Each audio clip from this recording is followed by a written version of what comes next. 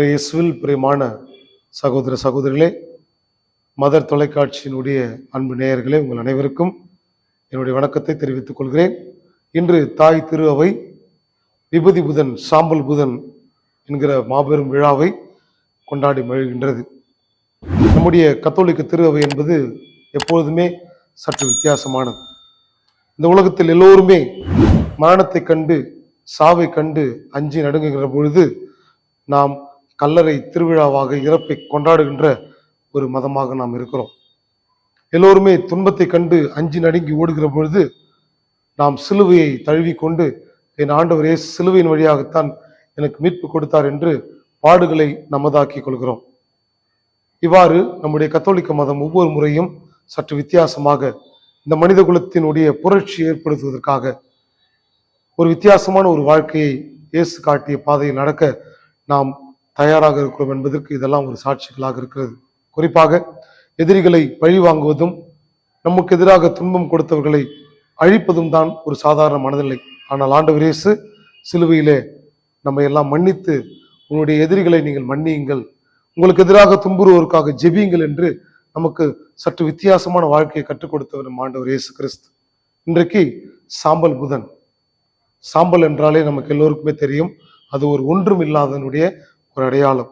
இந்த தவக்காலத்தின் முதல் நாளாக இன்று நாம் இந்த சாம்பல் குருவானவர் நம்முடைய நெற்றியிலே பூசி, மனிதனே நீ மண்ணாய் இருக்கிறாய், மண்ணுக்கே திரும்புவாய் என்று சொல்லி, மனம் மாறி நற்செய்தியை நம்புங்கள் என்று சொல்லி நம்முடைய வாழ்வின் யதார்த்தத்தை, நம்முடைய வாழ்வின் நிலையை புரிந்து கொள்ள, அதை ஏற்றுக்கொள்ளக்கூடிய ஒரு வாய்ப்பை இந்த விழா நமக்கு தெளிவுபடுத்துகிறது. இந்த விழா இரண்டு உண்மைகளை நமக்கு உணர்த்துகிறது. ஒன்று, இந்த தவக்காலத்தின் ஒரு தொடக்கம், இந்த தவக்காலத்தின் ஒரு அடையாளமாக வெளிப்படையாக இருந்தாலும் மறைமுகமாக இந்த விழா நம்முடைய மனித வாழ்வில் ஒட்டுமொத்த ஒரு அடையாளமாக இருக்கிறது. இந்த உலகத்தில் யாரும் மனிதர்கள் நாம் நிரந்தரமானவர்கள் அல்ல. எல்லோருமே ஒரு நாள் இந்த உலகை விட்டு போக போகிறோம். நாம் எல்லோரும் ஒன்றுமில்லாமல் இருக்க போகிறோம். மனிதர்களாகிய நாம் இந்த உலகை விட்டு மறைந்து போக போகிறோம் என்ற உண்மையை இந்த சாம்பல் நமக்கு உணர்த்துகிறது. இரண்டாவது, பழைய ஏற்பாட்டிலே நாம் பார்க்கிறோம், பழைய ஏற்பாட்டிலே நிறைய அரசர்கள், இறைவாக்கினர்கள் தன்னுடைய பாவங்களுக்காக சாம்பல் பூசி, சாக்கு உடை அணிந்து, தன்னுடைய பாவங்களுக்காக மன்னிப்பு பெற்று மனமாற்றத்தின் ஒரு அடையாளமாக இந்த சாம்பலை நாம் ஒரு அடையாளப்படுத்திக் கொள்கிறோம். அப்படி என்றால் என்னுடைய தனிப்பட்ட வாழ்வில், என்னுடைய குடும்ப வாழ்வில் இந்த சாம்பல் புதன் என்னவாக இருக்க போகிறது? வருகின்ற இந்த 40 நாட்களும் நான் எடுக்க போகின்ற எல்லா பக்தி முயற்சிகளும், சிலுவை பாதை, திருப்பயணங்கள், தனிப்பட்ட ஒருத்தல் முயற்சிகள் போன்ற நிறைய காரியங்களை நாம் செய்ய இருக்கிறோம். அதனுடைய தொடக்கமாக இந்த சாம்பல் புதன் நமக்கு ஒரு அடையாளமாக இருக்கிறது.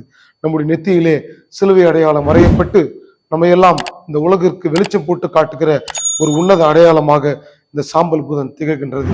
குறிப்பாக இஸ்ரேல் மக்கள் பாலைவனத்திலே இந்த 40 ஆண்டுகள் பயணம் செய்கிற பொழுது அவர்கள் தங்களை தாங்களே அவர்கள் யார் என்று அவர்கள் புரிந்து கொள்வதற்கு அந்த பயணம் மிக மிக வாய்ப்பாக இருந்தது. கடவுள் யார், அவருடைய அனுபவம் என்ன, என்னை வழிநடத்துகிற மோசே யார், நான் எதற்காக, என்னுடைய கடந்த கால அனுபவம் என்ன, நான் எதை நோக்கி பயணம் செய்கிறேன் போன்ற நிறைய உண்மைகளை இந்த பாலைவன பயணம் அவர்களுக்கு ஒரு உணர்த்தியது. அதுபோல இந்த விசுவாச பயணத்தின் ஒரு தொடக்கம் தான் இந்த சாம்பல் புதன். இனிமேல் நாம் இந்த 40 நாட்களும் நாம் தனிப்பட்ட பல்வேறு பக்தி முயற்சிகளை நாம் செய்ய இருக்கிறோம்.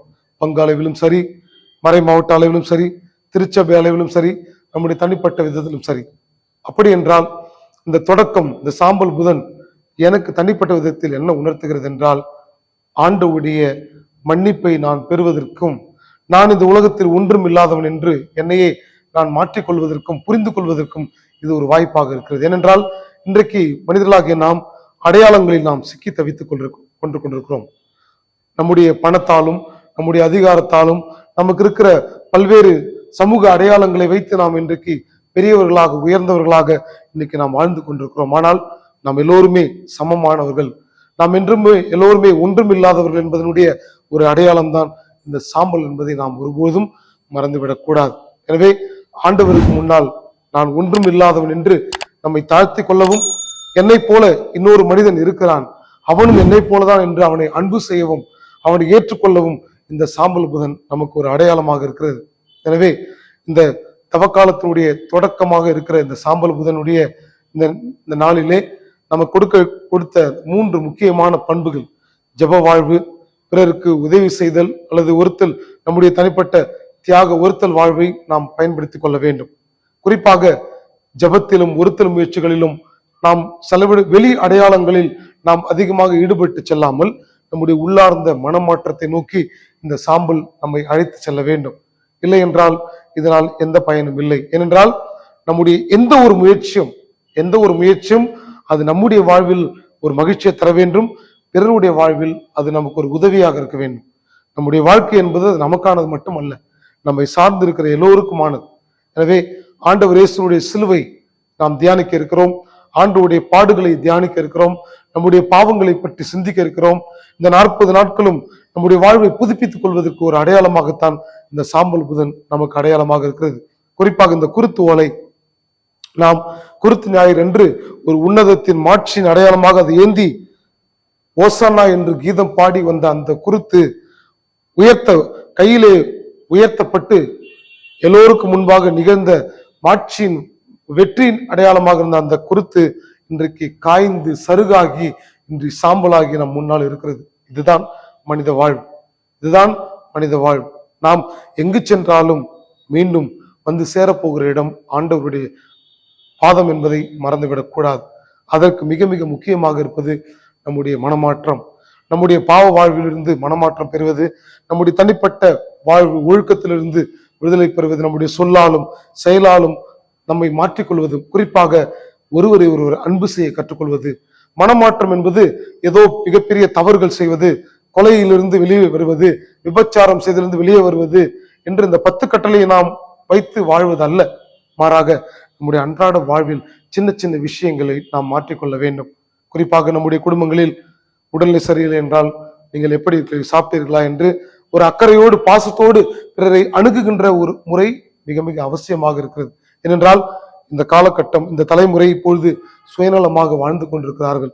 நான் நல்லா இருந்தா போதும், எனக்கு கிடைத்தால் போதும் என்று எல்லோரும் தனிப்பட்ட பெருமைக்காக, தனிப்பட்ட வாழ்வுக்காக, தனிப்பட்ட மகிழ்ச்சிக்காக வாழ்கிற இந்த நேரத்தில் இந்த தவக்காலம் நம்மை எல்லோருக்குமான மனிதர்களாக நம்மை மாற்ற வேண்டும். குறிப்பாக அது நம்முடைய குடும்பத்திலிருந்து தொடங்க வேண்டும். ஒரு கணவனுடைய வலியை ஒரு மனைவி புரிந்து கொள்ள வேண்டும். ஒரு தாயினுடைய துன்பத்தை ஒரு பிள்ளை புரிந்து கொள்ள வேண்டும். ஒரு ஆசிரியருடைய பற்றி ஒரு மாணவன் புரிந்து கொள்ள வேண்டும். ஒரு நண்பனை பற்றி இன்னொரு நண்பன் சரியாக புரிந்து கொள்ள வேண்டும். குறிப்பாக ஒரு கணவன் என்னுடைய மனைவிக்கு என்ன தெரியும், அதை ஏன் அழுகிறாள், ஏன் சிரிக்கிறாள் என்ற ஒரு அடிப்படை உணர்வுகளை புரிந்து கொள்ள கூட இந்த மனமாற்றம் நமக்கு தேவைப்படுகிறது. இதுதான் மிக மிக அவசியமானது. நம்முடைய அன்றாட வாழ்வில் நாம் தினந்தோறும் செய்கின்ற கடமைகளை சரியாக செய்யவும், பிறரை அன்பு செய்யவும், பிறரை நேசிக்கவும், சகோதர அன்போடு எந்த ஒரு ஜாதி மத பாகுபாடு இல்லாமல் எல்லோரையும் ஏற்றுக்கொள்ளக்கூடிய ஒரு நல்ல மனப்பக்குவத்தை பெற்றுக்கொள்வதுதான் மிகச்சிறந்த ஒரு மனமாற்றம். நம்முடைய பாவங்களை மன்னிப்பது மட்டுமல்ல, இப்படிப்பட்ட சொல்ல முடியாத, வெளியில் பார்க்க முடியாத நிறைய நவீனத்துவமான நிறைய தவறுகளை நாம் இன்றைக்கு செய்து கொண்டிருக்கிறோம். அதையெல்லாம் நாம் வெளிப்படையாக அறிக்கையிட்டு அதை மாற்றிக்கொண்டு நம்மையே நாம் புதுப்பித்துக் கொள்ளத்தான் இந்த தவக்காலம் நமக்கு தருகிறது. அந்த குருத்து ஆனது வேறொரு வண்ணத்திலிருந்து அது தன்னை உருக்கி கருப்பு சாம்பலாக அது மாறுகிறது. அதுபோல நாமும் நம்முடைய வாழ்வின் அடையாளங்களை, நம்முடைய வாழ்வின் எல்லா விதமான சமூக அடையாளங்களை துறந்து விட்டு கிறிஸ்துவின் பிள்ளை என்ற ஒற்றை அடையாளத்தில் என்னுடைய சகோதர சகோதரிகள், என்னுடைய நண்பர்கள் எல்லோரும் என்னுடைய ஒரே தாய் பிள்ளைகள் என்ற அன்போடு அக்கறையோடு பாசத்தோடு வாழ்கின்ற அந்த உணர்வை பெற்றுக்கொள்வதுதான் இந்த தவக்காலம், இந்த விபூதி புதன் நமக்கு உணர்த்துகிற காலமாக இருக்கிறது. எப்படி இந்த விபூதியானது எல்லோர் நெத்தியிலும் பொதுவாக சமமாக பூசப்படுகிறதோ அதுபோல நாமும் எல்லோரையும் சமமாக அன்பு செய்து மதித்து வாழ நாம் முயற்சி செய்கிற ஒரு அற்புதமான மண்பின் காலமாக, இரக்கத்தின் காலமாக, மீட்பின் காலமாக இதை பயன்படுத்திக் கொள்ள இறைவனுடைய அருளை வேண்டி மன்றாடுவோம். ஆமேன்.